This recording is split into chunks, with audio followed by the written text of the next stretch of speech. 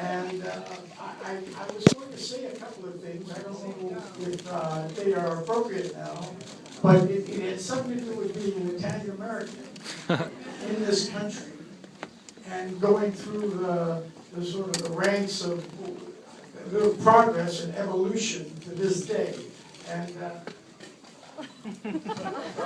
I just want to say this because hearing these guys, some of them talk about it, is so much fun. I grew up in the South Bronx in New York, and I grew up there after World War II, which was an interesting time because it was this migration from the ghettos of different ethnic groups to the Bronx in New York. It was that spirit of diversity. And I was the only Italian in the neighborhood growing up, so the Jews would beat me regularly. No, they wouldn't. There wasn't enough of them because we were all spread out. There was Irish and Spanish and Asian and African American and Latinos and Russians. We went up on the roof in the summertime. Everybody had an accent. And I first met an Italian girl. I was 9 years old, and I was in the auditorium assembly in my school, and there was a great big pot, a melting pot they called it. That was the phrase in those days. We are a melting pot, and we still are here in this country. And there was a big ladle in the pot, and I sat there and I stood there on stage. It came out, and I was supposed to represent Italy, and I looked over on the other side of the pot, and there was this little dark-haired Italian girl. And I thought, I've never seen one of those. It was like all new, because in my house, of course, my grandmother and grandfather and us gang would speak Italian. They were from Italy and Sicily. And they would speak when they didn't want me to know what they were saying.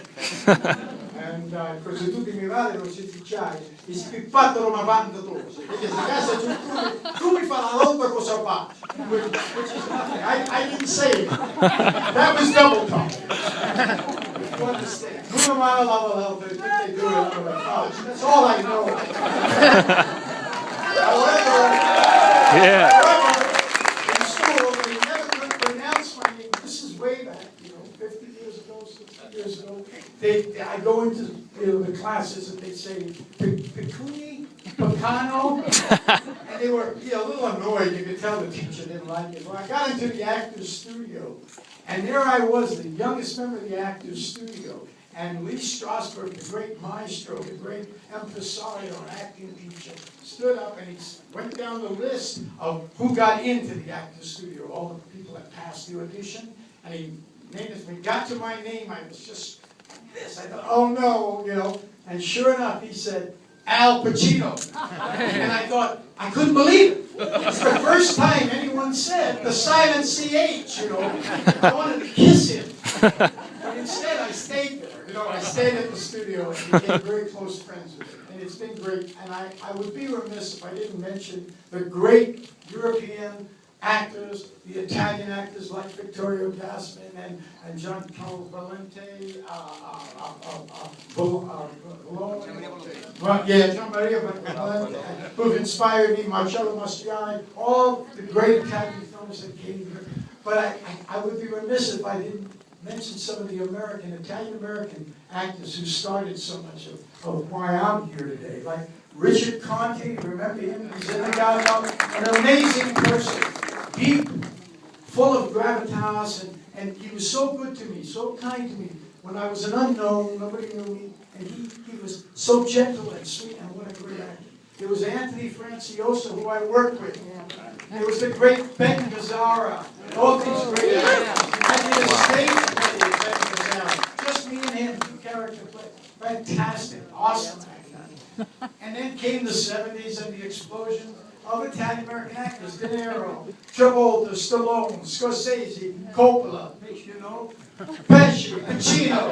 It just, I was getting to the P's, And finally, I have to say, if this is an award I don't quite know what it's for yet. I know it's gonna get to me. I'm gonna finally know what. I think it's for being an Italian or an Italian American or having a career, having a lot of movies that sort of work sometimes, and I'm excited by that. And all I can say is when this lifetime achievement stuff, people say, well, what are you going to do? I said, well, I'm not done. I thought, I'll be done.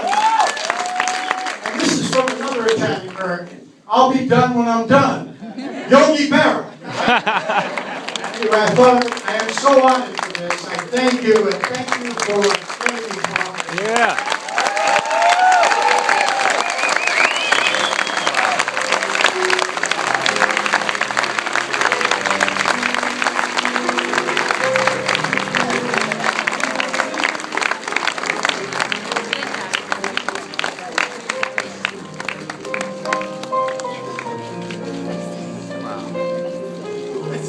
Appropriate use.